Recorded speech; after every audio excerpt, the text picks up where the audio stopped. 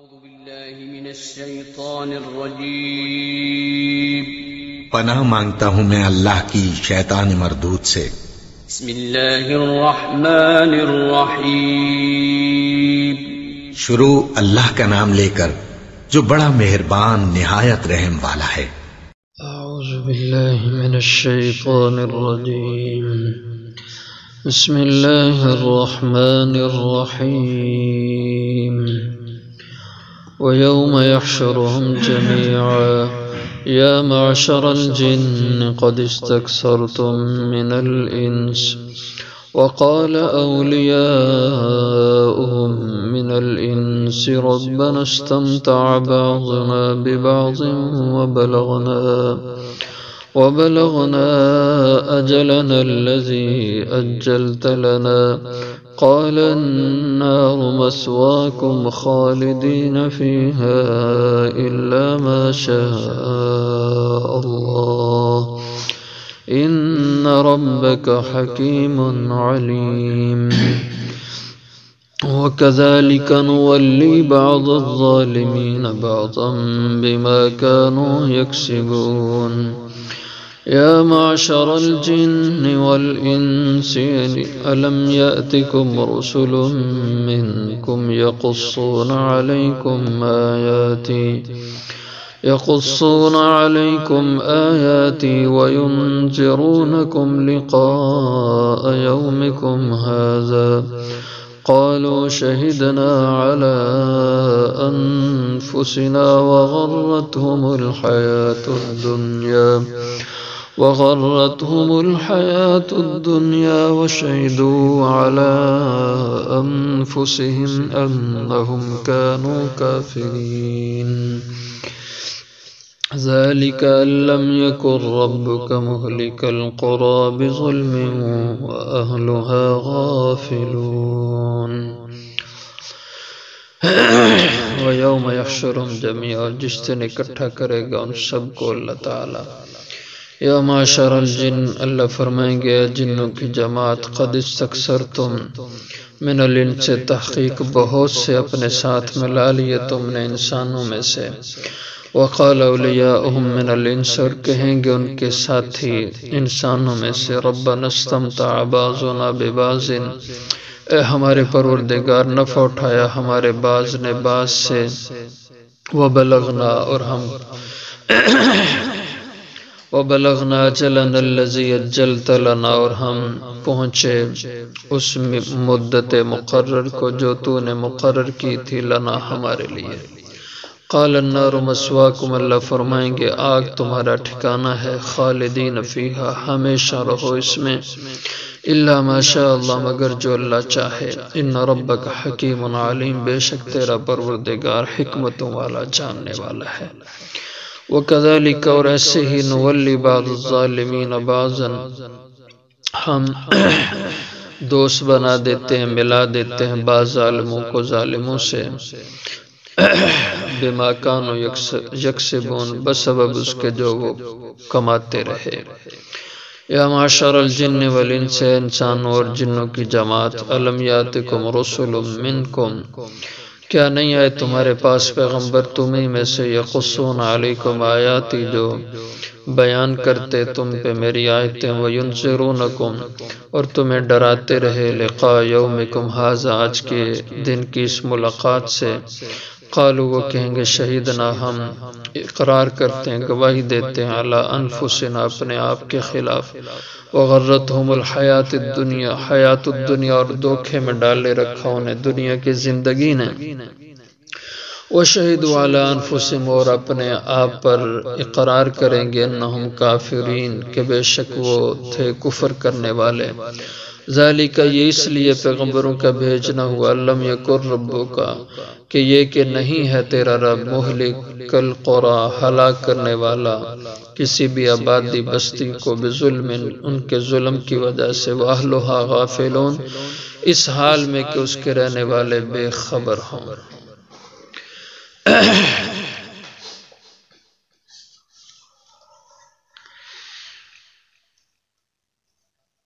اللہ جل شانہ نے یہاں پہ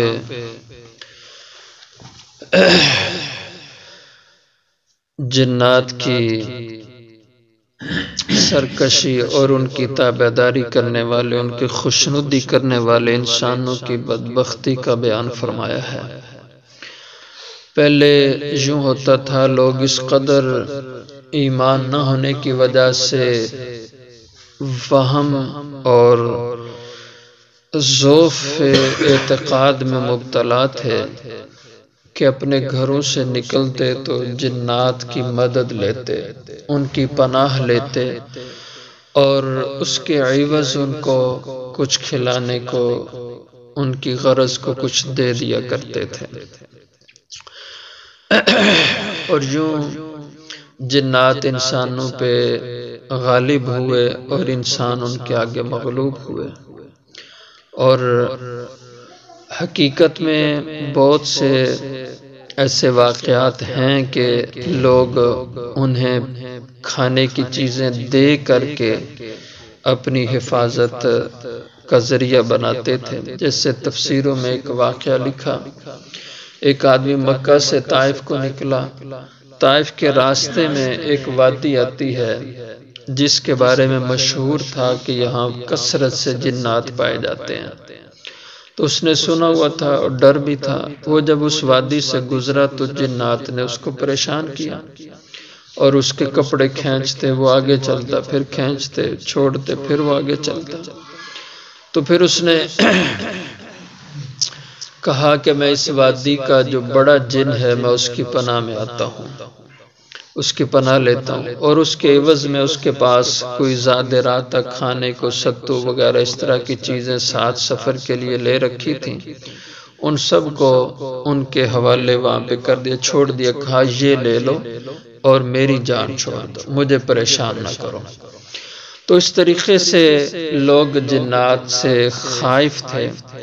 تو فرمایا کہ یہ جنات خود بھی گمراہ، اور جو انسان ان کی پناہ لیتے ہیں یا ان کے ساتھ خوف کھا کر ان کو ان کی مدد لیتے ہیں، یہ بھی گمراہی کا راستہ ہے۔ اور یہ کل دونوں طبقے جو ایمان سے ہٹ کے چل رہے ہیں، یہ کل اللہ کی گرفت میں آئیں گے۔ وَيَوْمَ يَحْشُرُهُمْ جَمِيعًا، اور جس دن اللہ اکٹھا کریں گے ان سب کو۔ یا معشر الجن، اللہ فرمائیں گے جنوں، جنات کا گروہ، قد استکثرتم من الانس، بہت تحقیق بہت سے لوگوں کو ملا لیا تم نے، من الانس، انسانوں میں سے اپنا بڑا جتھا تم نے بنا لیا، انسانوں کو ڈرا دھمکا کے اپنا ہم مذہب، اپنا ہم مشرب انہیں بنایا۔ وقال اولیاؤہم من الانس، اور کہیں گے ان کے ساتھی دوست انسانوں میں سے جو جنات سے مناسبت جن کی ہو گئی تھی اور وہ جنات سے فائدہ اٹھاتے، ربنا استمتع بعضنا ببعض، اے ہمارے رب ہم نے نفع اٹھایا بعض نے بعض سے، کہ ہم ان کی پناہ میں آ کر اپنے سفر کو محفوظ بناتے تھے، اور انہوں نے ہم سے یہ نفع اٹھایا کہ ہم سے مالی چیزوں کا فائدہ یہ اٹھا لیتے تھے، کھانے پینے کی چیزیں ہم سے یہ لیتے تھے۔ وَبَلَغْنَا أَجَلَنَا الَّذِي أَجَّلْتَ لَنَا، اور جیسے تیسے ہوا ہم نے دنیا کی زندگی گزار لی اور ہم پہنچ گئے اجلنا، اپنی اس مدت معینہ کو، یعنی موت کو، الَّذِي أَجَّلْتَ لَنَا، جو تو نے ہمارے لیے مقرر کر رکھی تھی۔ قال النار مسواکم، اللہ فرمائیں گے جب تمہارا خاتمہ دنیا کی زندگی کا اس برے حال پہ ہوا کہ خدا سے بیگانہ تھے اور اللہ کی مخلوق سے تم مدد مانگتے تھے، تو آج النار مسواکم، آگ تمہارا ٹھکانہ ہے، خالدین فیہا، ہمیشہ تمہیں یہیں پہ رہنا ہے، الا ما شاء اللہ، مگر جو اللہ چاہے، کہ آگ میں تمہیں عذاب دیا جائے گا۔ ہاں اللہ اس میں تبدیلی پیدا کرے تو اس کی مرضی ہے۔ تو اسی کے ضمن میں مفسرین نے لکھا ہے کہ دوزخ میں دو قسم کے عذاب ہوں گے، ایک تو گرمی کا آگ کا عذاب اور ایک ٹھنڈک کا عذاب بھی ہوگا۔ دوزخ کے اس طبقے کا نام زمہریر ہے، جس میں شدید قسم کی ٹھنڈک ہوگی اور انسان کو اس ٹھنڈک کے ذریعے سے بھی عذاب دیا جائے گا۔ جیسے حرارت کی شدت کا عذاب ہے، اسی طرح برودت کی شدت کا بھی عذاب ہوگا۔ اور بخاری و مسلم شریف میں یہ روایت آتی ہے کہ آپ صلی اللہ علیہ وسلم نے فرمایا کہ یہ جو گرمی سردی ہے یہ دوزخ کی آگ سے اور دوزخ کی ٹھنڈک سے ہے۔ اور اس میں یہ وضاحت ہے کہ دوزخ نے ایک دفعہ اللہ سے شکایت کی کہ اکل بعضی بعضا، میرے بعض حصے بعض کو کھائے جا رہے ہیں، یعنی مجھ میں جو آگ والا حصہ تھا اس نے شکایت کی کہ میری آگ میں بہت شدت پیدا ہو گئی ہے، جس کی وجہ سے میرے اجزاء آپس میں ایک دوسرے کو کھا رہے ہیں آگ، تو مجھے سانس کا موقع دیا جائے۔ تو اللہ نے فرمایا کہ تو سانس لے لے ایک دفعہ۔ تو آپ نے فرمایا کہ اس سانس کا اثر ہے کہ اس کی وجہ سے یہ دنیا میں گرمی پیدا ہوتی ہے، یہ دوزخ کی ایک سانس کی تاثیر ہے جو گرم حصہ ہے۔ اسی طرح فرمایا کہ اس کا جو زمہریر حصہ ہے، طبقہ ہے جس میں ٹھنڈک ہی ٹھنڈک ہے، اس نے بھی یہ شکایت کی کہ اکل بعضی بعضا، کہ میرے بعض حصے بعض کو کھائے جا رہے ہیں شدت ٹھنڈک سے، تو مجھے سانس کی اجازت ہو۔ تو اللہ نے اس کو بھی کہا کہ تو ایک سانس لے لے۔ تو اس ایک سانس کی وجہ سے یہ سردی کا موسم آتا ہے۔ تو یہ روایت ہے۔ تو فرمایا کہ الا ماشاء اللہ، مگر جو اللہ چاہے، یعنی وہ کثرت سے تو آگ کا عذاب دے گا، ہاں وہ کبھی اللہ تعالیٰ آگ کی بجائے ٹھنڈک کے حصے میں انسان کو لے جائے اور ٹھنڈک کے عذاب میں اس کو ڈال دے، یہ اللہ کی مرضی ہے۔ جن و انسوں سب کو اللہ آگ کا بھی عذاب دیں گے اور ٹھنڈک سے بھی ان کو عذاب دیا جائے گا۔ تو اس پہ کسی نے کہا جی کہ جنات تو ہیں ہی آگ سے بنے ہوئے، تو جو چیز ہے ہی آگ، تو اس کو آگ سے کیا تکلیف پہنچے گی؟ تو اس کے بارے میں فرمایا کہ آگ کے بھی درجات ہوتے ہیں، اور تھوڑی آگ زیادہ شدت کی آگ، اور یہ بھی چیز تسلیم شدہ ہے کہ ہم جنس سے تکلیف پہنچتی ہے۔ ایک دفعہ اس پہ کچھ لوگوں کا مباحثہ ہوا، ایک دیری آدمی تھا، اس نے یہ اعتراض کیا، او جی جنات کو کیسے عذاب ہو سکتا، وہ تو پہلے ہی آگ سے ہیں۔ تو کچھ صاحب علم آدمی تھا، اس نے کہا اس کے دماغ میں ایسے بات نہیں آئے گی۔ اس نے مٹی کا ایک ڈھیلا اٹھایا اور اٹھا کے اس کے سر پہ دے مارا۔ اس نے کہا توبہ میرے سر میں درد۔ اس نے کہا تو ویسے ہی خاکی ہے، تو خاک سے تجھے کیا تکلیف پہنچنے والی ہے؟ تو ہے ہی خاکی انسان، خاک سے ہے، تو خاک سے اس کو کیسے تکلیف پہنچے؟ تو اس نے کہا جیسے تجھے اس خاک سے تکلیف پہنچی ہے خاکی ہو کر کے، اسی طرح اللہ ناری کو نار سے بھی تکلیف پہنچا سکتا ہے، اور اس کو اس سے بھی عذاب اور تکلیف دے سکتا ہے، اور ایسا ہوتا ہے۔ تو فرمایا کہ الا ماشاء اللہ، مگر جو اللہ چاہے، نہ ربک حکیم علیم، بے شک تیرا رب حکمت والا جاننے والا ہے۔ وَكَذَلِكَ نُوَلِّ بَعْضَ الظَّالِمِينَ بَعْضًا، جیسے دنیا میں ظالم کے دوست ہوتے ہیں، اسی طرح یہ اللہ کا نظام ہے، جو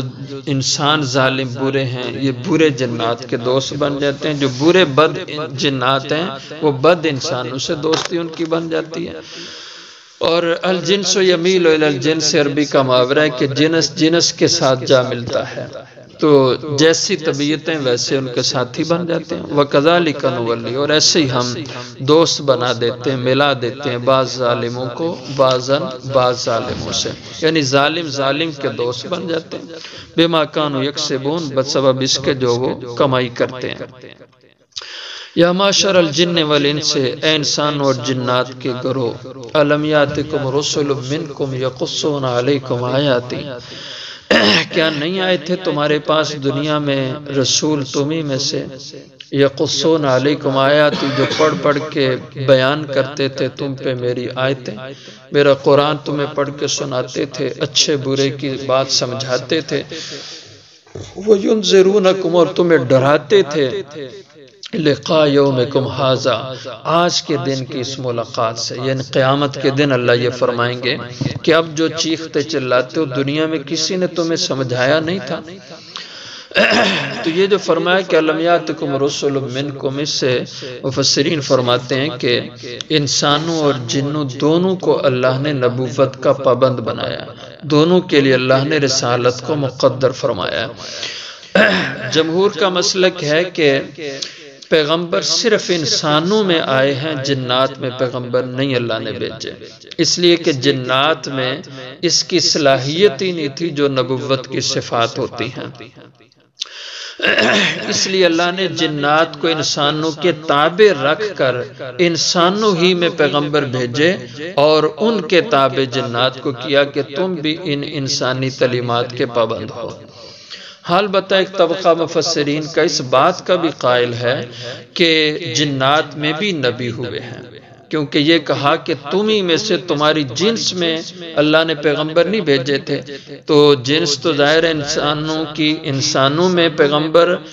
اللہ انسانی بھیجتے رہے ہیں، تو اس کا تقاضا یہ ہے کہ جنات میں پیغمبر بھی جن ہی کو بھیجا جائے۔ تو وہ کہتے ہیں کہ ان کا موقف یہ ہے کہ جنات میں ہی انہی کی جنس سے نبی ہوئے۔ البتہ حضور اکرم صلی اللہ علیہ وسلم یہ سب کے مشترک نبی ہیں، جنات کے بھی یہ ہیں۔ آپ کے زمانے میں کسی جن کو اللہ نے نبوت نہیں دی، آپ کو دونوں طبقات کا پیغمبر بنایا، لیکن آپ سے پہلے جنات میں بھی نبی ہوئے ہیں۔ یہ ایک طبقہ مفسرین کا، لیکن جمہور کا یہی موقف ہے کہ نہیں، پیغمبر صرف انسانوں میں سے آتے رہے اور جنات انسانی تعلیمات کے تابع ان کو رکھا گیا۔ تو اللہ فرمائیں کہ تمہیں آ کے کسی نے بتایا نہیں تھا، آج کے دن کے ان عذاب سے ڈرایا نہیں تھا کسی نے؟ قالوا شہیدنا، تو وہ کہیں گے انسان و جن کہ ہاں شہیدنا علی انفسنا، ہم اپنے آپ پہ خود گواہی دے رہے ہیں، ہم اقرار کر رہے ہیں کہ ایسا ہوا تھا۔ نبی آئے تھے اور لوگوں نے ہمیں سمجھایا تھا، لیکن وغرتہم الحیات الدنیا، دھوکے میں ڈال دیا ان کو، فریب دیا ان کو دنیا کی زندگی نے، دنیا کی عیش نے، دنیا کی راحت نے، فریب میں مبتلا کر کے آخرت سے غافل کر دیا۔ وشہدوا علی انفسہم، اور وہ خود اقرار کریں گے اپنے آپ کے خلاف، انہم کانوا کافرین، کہ بے شک وہ دنیا میں کفر کرنے والے تھے۔ ذالک لم یکن ربک، یہ جو نبی اللہ نے بھیجے، پیغمبر بھیجے اور اصلاح کرنے والے اہل علم جو لوگوں میں اللہ نے کھڑے کیے، اس لیے لم یکن ربک، یہ کہ نہیں ہے تیرے رب مہلک القری، اللہ کا دستور، اللہ کا جو ضابطہ ہے وہ ایسا نہیں مہلک القری کہ اللہ ہلاک کر دینے والوں کسی بستی آبادی کو بظلم، ان کے ظلم، گناہ، کفر، شرک کی وجہ سے، وَأَهْلُهَا غافلون، اس حال میں کہ وہاں کے باشندے اللہ کی تعلیمات سے بے خبر ہوں۔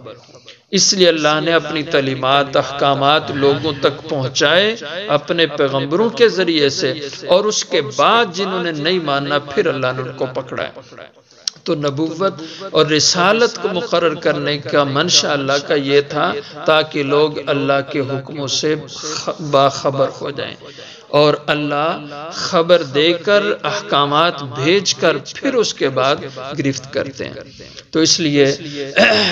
ہر دور میں اللہ کی یہ تعلیمات انسانوں تک پہنچتی رہی۔ پیغمبروں کے زمانے میں پیغمبر اس فریضے کو پورا کرتے رہے، پیغمبروں کے بعد جو اہل علم پیغمبروں کے نائبین اور وارثین ہوئے ہیں، وہ اپنے اپنے دور، اپنے اپنے زمانے میں، معاشروں میں ان تعلیمات کو لوگوں تک پہنچاتے رہے۔ اس لیے اب کسی کو یہ کہنے کی گنجائش نہیں کہ ہمیں اللہ کی تعلیمات نہیں پہنچی تھی، ہمیں اللہ کے حکموں کا علم نہیں تھا۔ تو اللہ نے سب تک اپنے احکام پہنچا دیے۔ اب جو اللہ کے حکموں کے تابع نہیں ہوتا، وہ خود اپنی ہلاکت کا سامان بنا رہا ہے۔